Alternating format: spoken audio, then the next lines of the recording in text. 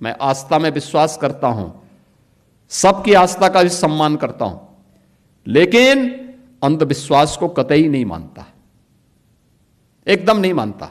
मुझे बोला गया था कि नोएडा नहीं जाना है। मैंने कहा क्यों? कहा वहां सीएम नहीं जाते। तो मैंने कहा क्या नोएडा यूपी से बाहर है? कहा नहीं साहब, ये मान्यता है कि सीएम उतर जाएंगे कुर्सी से। तो हमने कहा भी कुर्सी से तो एक दिन कुर्सी को जाना ही है, तो कुर्सी के मोह में हम क्यों पड़े? मैं जाऊंगा वहां जरूर।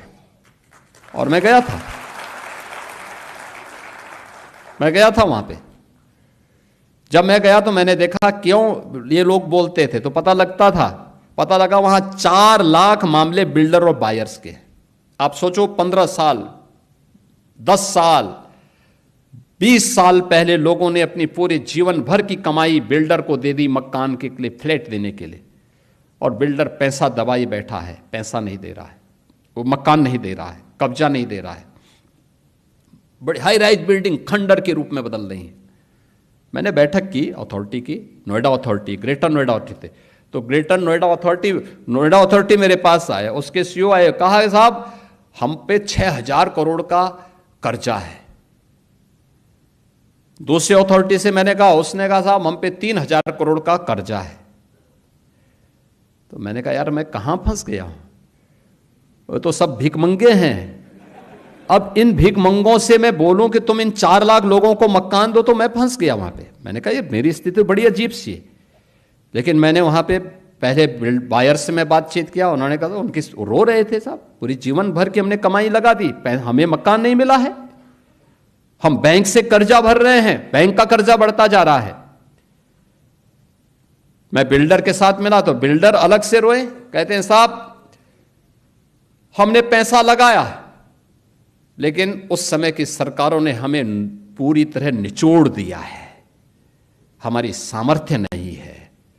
मैंने कहा सामर्थ्य हो न हो, इन गरीबों को मकान तो देना ही पड़ेगा आपको, इन 4 लाख लोगों को मकान देना पड़ेगा। आप दीजिए, मैं पॉलिसी बनाने की तैयारी कर रहा हूं, लेकिन आप पहले मकान दीजिए। फिर मैंने अथॉरिटी से कहा, मैंने कहा कार्य पद्धति ठीक करो। हमने रिफॉर्म की, कार्रवाई प्रारंभ की, भ्रष्ट तत्वों को वहां से बाहर का रास्ता दिखाया, और आज मुझे बताते हुए प्रसन्नता है 4 लाख लोगों को हम मकान दे चुके हैं।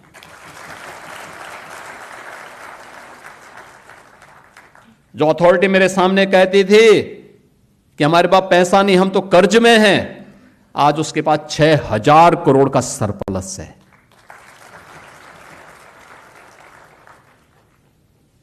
आज दुनिया का सबसे अच्छा इंफ्रास्ट्रक्चर भी और सबसे अच्छा इन्वेस्टमेंट भी वहां पर है, और वहीं पे ये मैन्युफैक्चरिंग हो रहा है जो मैं अभी चर्चा कर रहा था, ये सब कुछ वहीं हो रहा है। ये उस अंधविश्वास को मानने वाले लोग कौन थे जो भारत की आस्था पर उंगली उठाते हैं? मुख्यमंत्री रहते हुए वहां नहीं गए, लेकिन अपनी विभाजनकारी राजनीति के लिए फिर आज नोएडा पहुंच गए, ग्रेटर नोएडा पहुंच गए। बहन और भाइयों, इनके चेहरे को देखो तो उस समय वहां के विकास के लिए ये बॉटलनेक थे। उस समय इन्होंने वहां बाधाएं खड़ी की, बैरियर खड़े किए। आज किस मुंह से विकास की बात करते हैं?